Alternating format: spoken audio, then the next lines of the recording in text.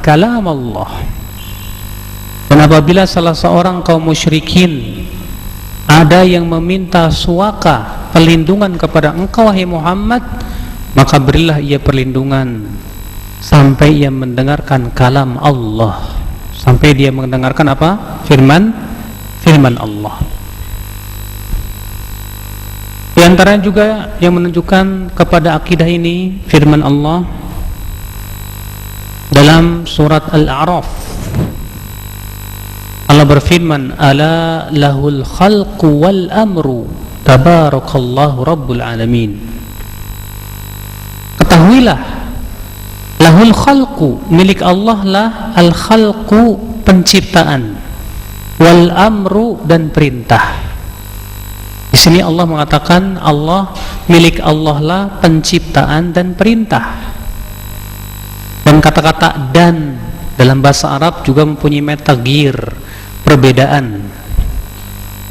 Ya, milik Allah lah perintah dan penciptaan. Ketika Allah menyebutkan penciptaan dan setelahnya perintah, itu menunjukkan bahwa perintah tidak termasuk penciptaan. Sedangkan Al-Quran termasuk perintah, bukan termasuk apa?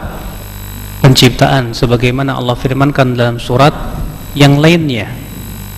Allah berfirman, wa kadzalika auhayna ilaika ruham min amrina. Demikianlah kami wahyukan kepada engkau wahai Muhammad ruh, yaitu Al-Quran, min amrina, dari perintah kami. Allah tegaskan dalam ayat itu, kalau tidak salah surat Az-Zukhruf, ya, ayat terakhir, Allah menyebutkan bahwa Al-Quran itu termasuk dari perintah Allah, dan Allah membedakan antara perintah dan ciptaan. Allah berfirman, ala lahul khalqu wal amr. Ketahuilah milik Allah lah penciptaan dan perintah. Dalil yang ketiga yaitu surat Ar-Rahman.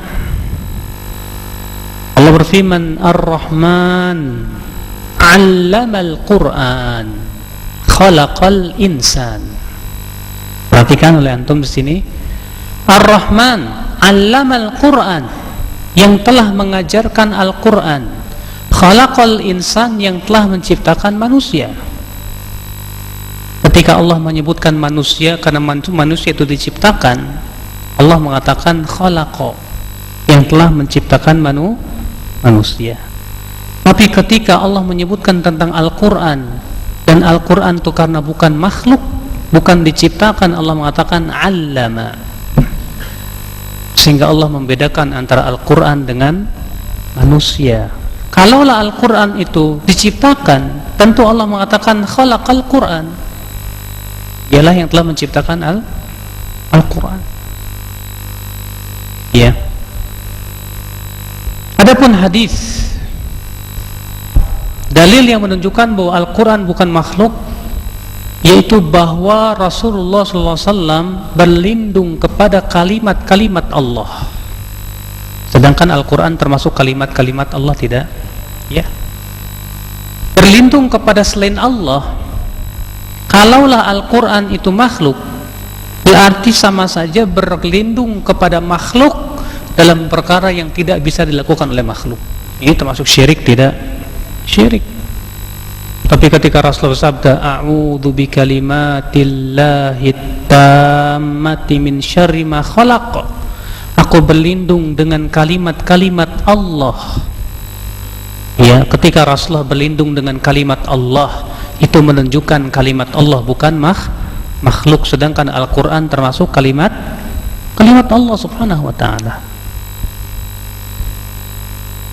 Sehingga menjadi ijma' para ulama semuanya bahwa Al-Quran itu kalamullah dan bukan makhluk. Oleh karena itu Imam Ahmad bahkan mengatakan, man qala bi annal Qur'ana makhlukun faqad kafara. Siapa yang mengatakan bahwa Al-Quran itu makhluk, sungguh ia telah kafir. Sungguh ia telah kafir, kata Imam Ahmad. Kenapa, Pak? Karena konsekuensinya berat, Pak.